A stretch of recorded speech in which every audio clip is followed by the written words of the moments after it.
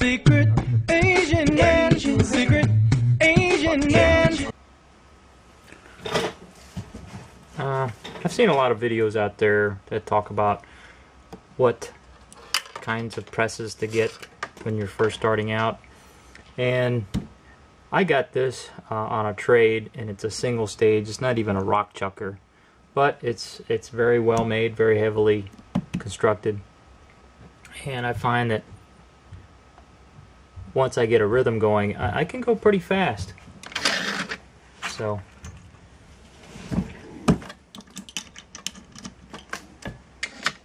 just like that, that's how it looks. So I'm gonna go full speed now.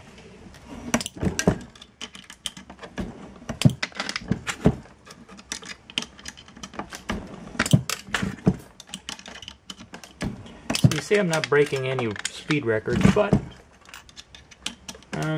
you know, I can sit here, watch YouTube.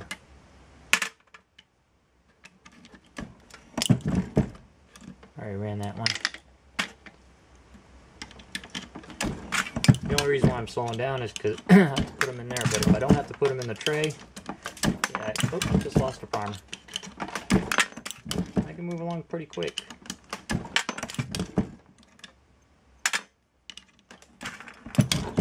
Just have to pay attention what you're doing.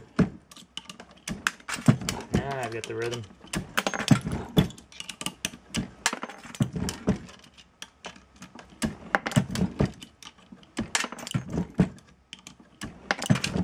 Once in a while you get this little ting. It's kind of cool. It's hard to describe unless anybody out there has ever reloaded. Yeah, sucker didn't want to come out.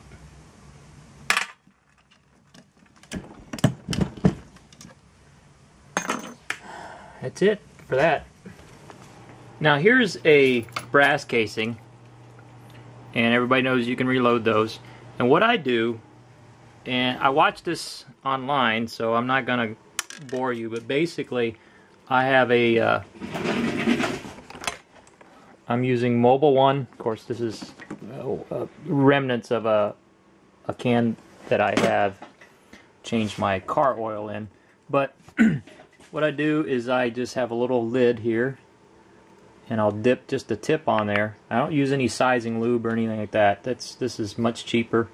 I've already paid for it for my car, so I'll just kind of do a little rub on it. Put it in my show holder here and run it up into the die. Pop it out, and there you see the primer's popped out. Now, just to show you, here's a 223 bullet, and this has been fired. This still has the primer in it. It slips in there pretty easily. So what this does is it's going to neck it down. I've got some oil on my fingers. It's going to neck it down and pop the primer out. Now you have to be really careful to get enough lube on here. And I'll show you that in a second.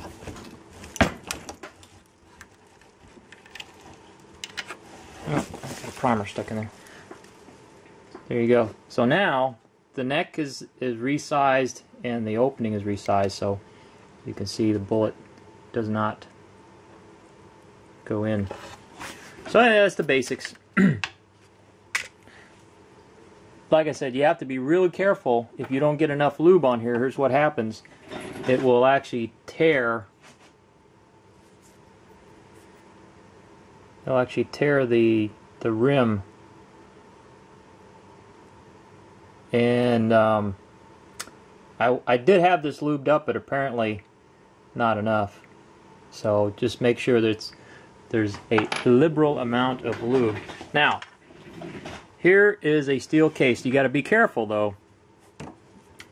If there's two types, one's Boxer and Berdan, and I don't know which one's which. I just know these work, and you have to make sure that whatever type you have only has one hole for the primer to discharge.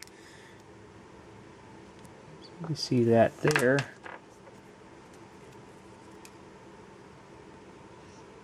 There's only one hole. Now the other type you can reload, and Iraq Veteran 8888, I believe he's got a video on how to do it. So you treat these just like brass casings. I'll dip it in the lube there and put it in my shell holder. Just run it up in there. Oh, let me show you. It's pretty tight, but it'll go in pretty easily. Oh, now I got it stuck.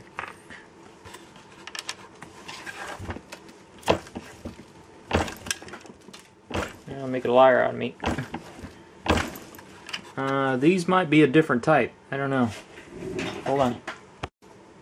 Yeah, that was a different type. Here's one that I cut up from before using my steel casing myth video. If you look in there, you see there's 3 holes, and that's what is in the bottom of this. There's a special way you can reload this. There's a special way to do it, but I'll try to find a casing. But these here only have the 1 hole, and where's my caliper? Right here. So, show you, I didn't have to trim these.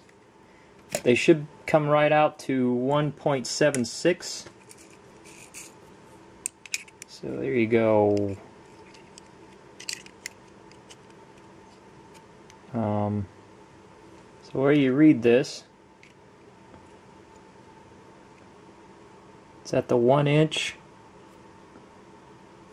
0.7, and it's coming out around 5.5, 1.755, where 1.76 is your maximum case length. So I didn't have to trim these at all, which is nice. But I'll just show you, again, I just dip this in here. Of course, I've already popped this out, but there's nothing different from these or brass. Just make sure you got it lubed up, in and out. That's it. And then you actually this went through about 2 hours in the tumbler, and the polymer seems to be holding up. So I don't see any problem with putting these in the tumbler. It's a good alternative if you can't find brass casings. Just like I said, make sure it's the kind that only has the 1 hole in the bottom.